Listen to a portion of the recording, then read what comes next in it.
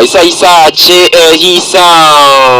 saa saba n'iminota 39 asigaye iminota igera kuri 30 kugira ngo dusoze ikiganiro cyacu My Saturday Show, the day of joy and relax. Hanyuma nk'uko nagiye mbibabwira, nagiye mbategurira amakuru menshi cyane, amakuru kabisa ni menshi nagiye mbategurira mu myidagaduro. Nabwiye ko tuza guhera hano i Huye, mu mujyi wa Huye, kuri wa gatanu mu ijoro ryo kuri wa gatanu itariki 4 kwezi kwa 11 nibwo DJ Shalix yateguye igitaramo kabisa cyo kuvanga imiziki, ariko nanone atumiramo abahanzi barimo Odari, harimo witwa Jason Beko, harimo witwa Snow, ndetse yewe na Voko King n'abandi bagiye batandukanye. Bano bahanzi rero muri hoteli Nolan Hotel aribwo kabisa bagendaga bakora performances zigiye zitandukanye, ndetse ari nako DJ Shalix agenda abashyiramo umuziki mu buryo yewe bwo gufasha abantu kuba rwose bakinjoyinga cyangwa se bakishimira weekend. Nyamuneka mbabwira ko cyicaro ngo ni episode ya mbere, ni uvuga ngo azakomeza kabisa agenda bakomiziki, nako agenda abazanira impano nyinshi cyane za hano i Huye, ari nako nyine bagenda bigaragaza mu buryo bugiye butandukanye. Navuga ngo ni igikorwa cyiza cyane uno mugabo cyangwa se n'umusore DJ Shalix yakoze, kandi kabisa good kabisa, ni byiza cyane.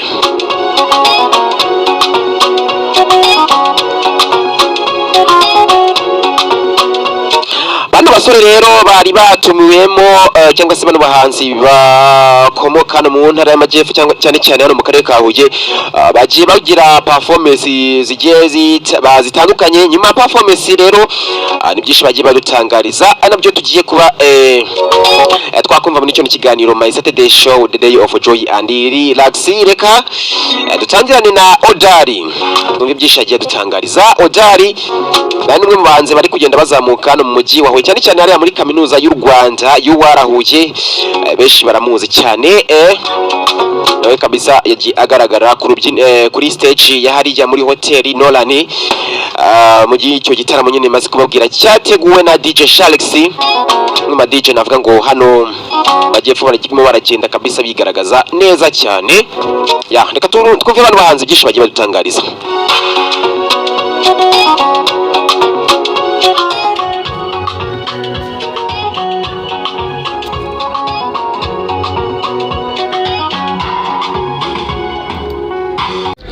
Voko King tugwaye ikaze mu kiganiro My Saturday Show kuri Radio Icyizere.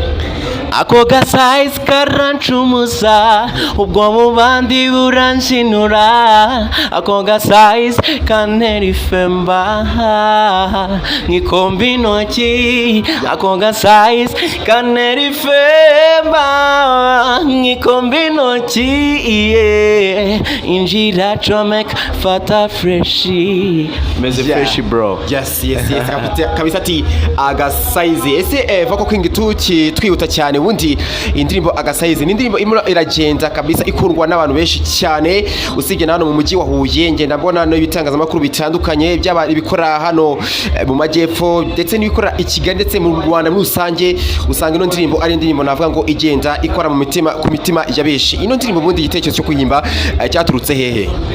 Igitekerezo cy'ino ndirimbo ahantu cyaturutse like ari nk'ukuntu nyine ubona tu umwari uteye neza bro, you know, kwishira bikakunanira ugahita uvuga like bebe ateye fresh bro, bebe ateye fresh, ku buryo nyine ushobora no kuri no kugendana n'abantu barenze 5 ariko kumva umwe muri bavuye maravuze ati man bebe ateye neza mwabibonye. So rero ako gasize rero cyangwa ukumva umuntu aravuze ngo bebe afite agasize keza, uri kumva nyine uri muntu nyine bitewe n'uburyo abateye n'uburyo imiterere y'abameze n'uwo yishimira yuko nyine uwakunda yaba ameze so nyine ahita avuga ati kariya gasayizi mbonye ari neza so rero nicyo gitekerezo cyaturutse cy'indirimbo. Hanyuma twihuta cyane mu bijyanye n'iterambere ry'umuziki wawe, birumvikana iterambere ryawe rigomba kwibanda mu buryo butandukanye gukora ibitaramo. Ngusanze hano kuri hoteli Norani hoteli hagiye kubera igitaramo, nabonye nawe uri muza kuba wa performing ndetse yewe ushobora kuba nawe muhanzi navuga ngo mukuru muri bo uri mukuru wabo, nekera ko batanze mu kibuga cy'umuziki. Ese Voko King ino stage uyiteguye ute? Ikintu kimwe nababwira ngo nzarindi sezino nahanye namwe byishimo byanjye mahoro yanjye ese mbwira ninde nkanjye, nabo barabizi ko nta wundi nkanjye bro, you know that's why uyu munsi naje kubaha show so ndagira ngo byibuza amajyepfo twongere to rising, twongere tugaragaze yuko ari ikintu dushobora gukora uyu munsi because it's been long time tumeze nk'abantu basinziriye ariko now I see that we can do it. Birashoboka mushobora kuba mwabikora kandi umuziki w'Ibutare ukongera kuba wagera ku rwego rwiza cyane nk'urwo wahozeho. Voko King, tukomeza kuba twaganira, ese niki nihe nama uha abantu bahanzi batoya? Ndabizi neza ko uko biri kose mu bantu bari kugenda bazamura ibendera ry'umuziki mu majyepfo nawe urimo, kandi ngira ngo ntabwo ubyaje gutyo gusa, hari struggle wagiye ucamo cyangwa se hard working kabisa, wagiye uko urwara intambara nyinshi ariko uravuga uti ngomba ngiye gukomeza ku fightinga kugeza ubwo mbashe kuba nagera ku ntego yanjye. Bano bana batoya cyane cyangwa se bano bahanzi bagenda bazamuka, ndabizi neza ko bahura n'imbogamizi nyinshi cyane, bakaba bavuga bati duka dusubira inyuma. Niye nama ushobora kuba wabaha nka mukuru wabo? Inama nabaha ni ukuvuga ngo iyo winjiye mu ishyamba waryinjiyemo, ari igihe winjira mu ishyamba uzi ko ari imikino, ariko iyo umaze kurigeramo hagati na hagati ukabona yuko nta mikino irimo, nyine uba ugomba gufunga umwuga ukarwana kandi ugasohoka uri muzima, uri alive. So rero ino game ikintu cya mbere isaba ni discipline, kwicisha bugufi, kubaha buri umwe wese, ntiwishyire hejuru kandi ukihangana, so ukaniga no gusenga. So ibyo niba bikurikiza ndatekereza hari ikintu bizabafasha. Okay, Voko, nta wigira bro, nta wigira. Uyu munsi ndi kumwe nawe kandi hari n'abandi bantu benshi tuba twahuye tuba turi kuganira, ariko ntago ngusuzugura kubera ko unganirije, you know. Nyine nta public igiba ntoya, nta public igiba ntoya cyane, nta bafana bajya baba bakeya, so babiri umwe wungutse ari ikintu bashobora kongera ku izina ryawe no kubikorwa byawe.